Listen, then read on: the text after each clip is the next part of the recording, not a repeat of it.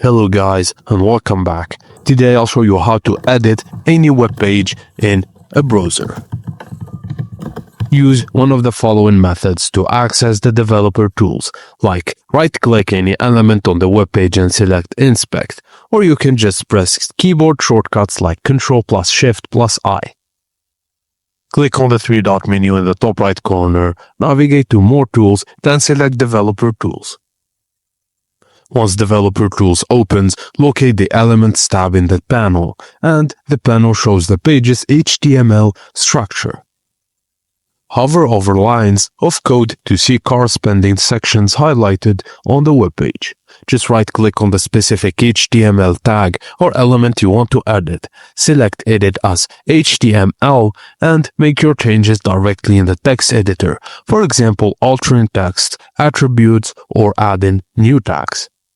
As you edit, the changes will reflect on the web page in real time.